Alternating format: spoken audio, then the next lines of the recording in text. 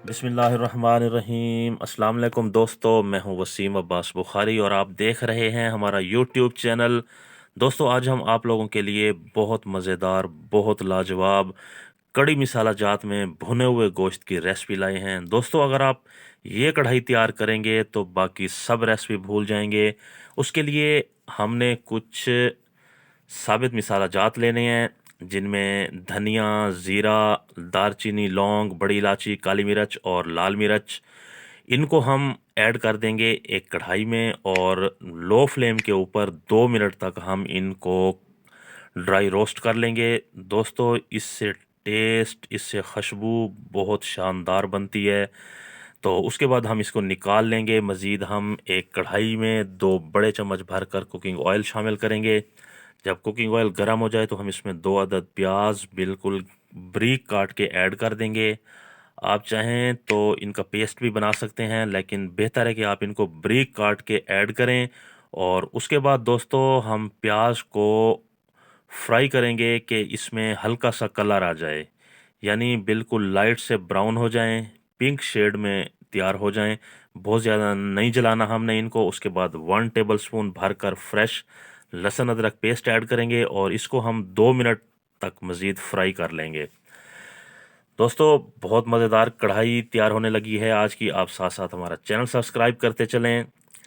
तो जब लहसुन अदरक फ्राई हो जाए तो हम इसमें चिकन ऐड करेंगे, साथ में 1 टीस्पून सादा नमक ऐड करेंगे और उसके बाद दोस्तों हम चिकन का पानी ड्राई होने तक इसको फ्राई कर लेंगे। चिकन जब बहुत शानदार किस्म का फ्राई हो जाएगा, पानी बिल्कुल ड्राई हो जाएगा, तो बहुत A1 खुशबू आने लगेगी, प्यारी सी खुशबू आने लगेगी।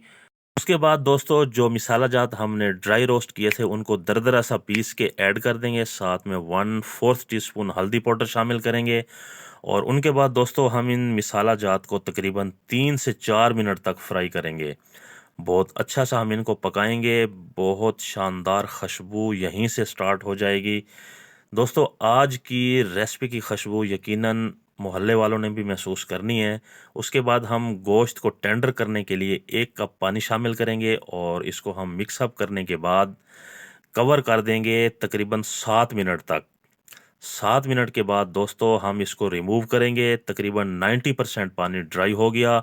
उसके बाद ये red chilli, green chilli, green इलायची, दारचीनी, लौंग और काली मिर्च ऐड करेंगे और उसके बाद दोस्तों हमने इसको 3 से 4 मिनट तक फ्राई करना है, ताकि जो पानी है वो 100% ड्राई हो जाए और साथ में ये मिसाला जात भी बहुत अच्छे से फ्राई हो जाएं, पक जाएं, ताकि इनका जो फ्लेवर है, इनकी खुशबू है, वो कढ़ाई में ऐड हो जाए।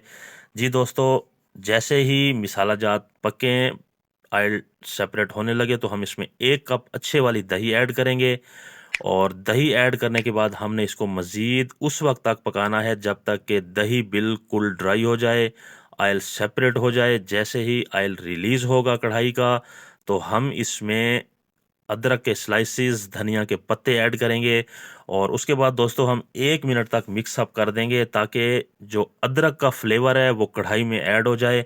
बहुत हाजमादार रेसिपी तैयार हो रही है हमारी, बहुत हाजमादार कढ़ाई, बहुत खुशबूदार रेसिपी। उसके बाद दोस्तों हम 1 मिनट के लिए ढाँप देंगे, फ्लेम को बंद कर देंगे। साथ ही हम आपको फाइनल लुक की तरफ ले चलते हैं।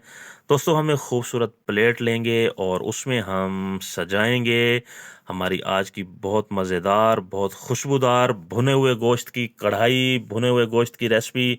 माशाल्लाह, मेरे अल्लाह की शान। दोस्तों, देखें किस कदर आलीशान रेसिपी तैयार है। अल्लाह ताला ने हमें इस कदर आलीशान नेमत से नवाजा है। अल्लाह ताला का जितना भी शुक्र अदा करें कम है। दोस्तों, आज की कढ़ाई जो भी खाएगा, बाकी तमाम कढ़ाई, कोरमा सबको भूल जाएगा।